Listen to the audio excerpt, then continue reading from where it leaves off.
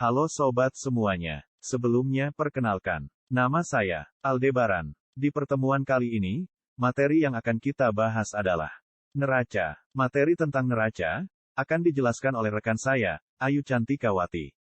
Mohon simak baik-baik ya sobat semuanya. Jangan lupa berdoa sebelum mempelajari materi ini, supaya materi ini bermanfaat untuk kita semuanya.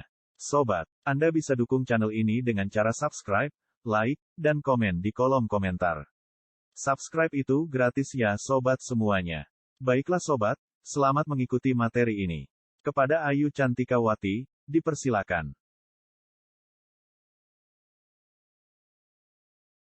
Neraca. 1. Pengertian. Neraca merupakan laporan yang menggambarkan posisi keuangan, yang menunjukkan aktiva, kewajiban dan ekuitas dari suatu perusahaan pada tanggal tertentu. Dalam neraca, aktiva lancar disajikan terpisah dari aktiva tidak lancar dan kewajiban lancar terpisah dari kewajiban tidak lancar, kecuali untuk industri tertentu yang diatur secara khusus. Aktiva lancar disajikan menurut ukuran likuiditas sedangkan kewajiban disajikan menurut urutan jatuh temponya. 2. Komponen utama neraca. A. Aktiva. 1. Aktiva lancar. A. Kas dan setara kas. B. Investasi jangka pendek. C. WSL tagih. D. Piutang usaha. E. Piutang lain-lain. F. Persediaan. G. Pajak dibayar di muka. H. Biaya dibayar di muka. Dan I. Aktiva lancar lain-lain. 2. Aktiva tidak lancar. A. Piutang hubungan istimewa. B. Aktiva pajak tangguhan. C. Investasi pada perusahaan asosiasi. D. Investasi jangka panjang lain. E. Aktiva tetap. F. Aktiva tak berwujud. Dan G. Aktiva lain-lain. B. Kewajiban. 1. Kewajiban lancar. A. Pinjaman jangka pendek. B. WSL bayar. C. Hutang usaha. D. Hutang pajak. E. Beban masih harus dibayar. F. Bagian kewajiban jangka panjang yang akan jatuh tempo dalam waktu 1 tahun. Dan G. Kewajiban lancar lain-lain. 2. Kewajiban tidak lancar. A. Hutang hubungan istimewa. B. Kewajiban pajak tangguhan. C. Pinjaman jangka panjang. D. Hutang sewa guna usaha. E. Hutang obligasi. F. Kewajiban tidak lancar lainnya. G. Hutang subordinasi. Dan H. Obligasi konversi.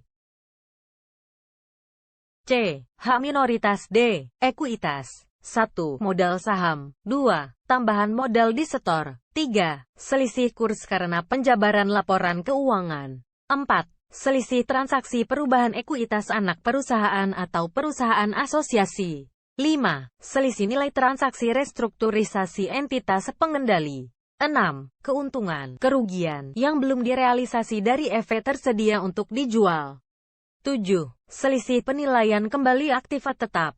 8. Saldo laba. Dan 9. Modal saham diperoleh kembali. 3. Rincian komponen neraca. A. Aktiva. Aktiva adalah sumber daya yang dikuasai oleh perusahaan sebagai akibat dari peristiwa masa lalu, dan di masa depan manfaat ekonomi dari sumber daya tersebut diharapkan akan diperoleh perusahaan. 1. Aktiva lancar. Suatu aktiva diklasifikasikan sebagai aktiva lancar jika aktiva tersebut A. Diperkirakan akan direalisasi atau dimiliki untuk dijual atau digunakan dalam jangka waktu satu siklus operasi normal perusahaan. Atau B. Dimiliki untuk diperdagangkan atau untuk tujuan jangka pendek dan diharapkan akan direalisasi dalam jangka waktu 12 bulan dari tanggal neraca. Atau C. Berupa kas atau setara kas yang penggunaannya tidak dibatasi. Aktiva lancar dapat diklasifikasikan antara lain sebagai berikut. A. Kas dan setara kas. Kas merupakan alat pembayaran yang siap dan bebas dipergunakan untuk membiayai kegiatan umum perusahaan.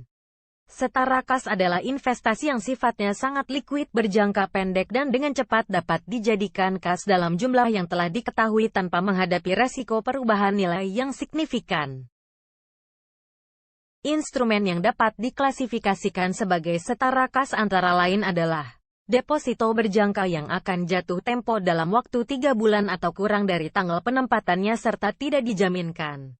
Dan, instrumen pasar uang yang diperoleh dan dapat dicairkan dalam jangka waktu tidak lebih dari 3 bulan. Kas dan setara kas yang telah ditentukan penggunaannya atau yang tidak dapat digunakan secara bebas tidak tergolong dalam kas dan setara kas. B. Investasi jangka pendek. Pos ini merupakan bentuk investasi yang segera dapat direalisasi dan dimaksudkan untuk dimiliki dalam jangka waktu 1 tahun atau kurang. Investasi ini meliputi deposito dan efek yang jatuh tempo atau dimaksudkan untuk dimiliki tidak lebih dari 12 bulan. Investasi jangka pendek dalam efek harus dikelompokkan ke dalam salah satu dari 3 kategori berikut. Diperdagangkan, trading, yang termasuk dalam kelompok ini adalah efek yang dibeli dan dimiliki untuk menghasilkan keuntungan dari perbedaan harga jangka pendek. Suatu efek harus diklasifikasikan sebagai diperdagangkan, tanpa memperhatikan alasan perolehannya, jika efek tersebut merupakan bagian dari suatu portofolio efek sejenis di mana terdapat bukti bahwa pola pembelian dan penjualan efek yang sekarang terjadi adalah untuk memperoleh keuntungan jangka pendek. Efek untuk diperdagangkan disajikan di neraca sebesar nilai wajarnya, dan keuntungan atau kerugian yang belum direalisasi termasuk dalam laporan laba rugi. Dimiliki hingga jatuh tempo, held to maturity, merupakan aktiva keuangan dengan kepastian pembayaran dan kepastian tanggal jatuh tempo, di mana perusahaan bermaksud dan mampu memilikinya hingga jatuh tempo. Efek yang dimiliki hingga jatuh tempo disajikan di neraca sebesar biaya perolehan setelah amortisasi. Perusahaan harus secara konsisten menggunakan metode amortisasi yang menghasilkan penyajian yang wajar dalam laporan keuangan. Tersedia untuk dijual, available for sale. Efek yang termasuk dalam kelompok ini adalah efek yang tidak memenuhi kriteria diperdagangkan atau dimiliki hingga jatuh tempo.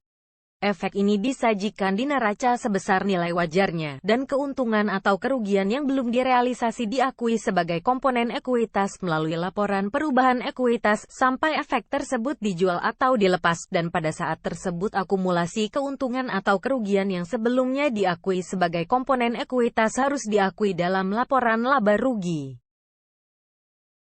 Demikianlah penjelasan materi tentang neraca. Bagaimana sobat?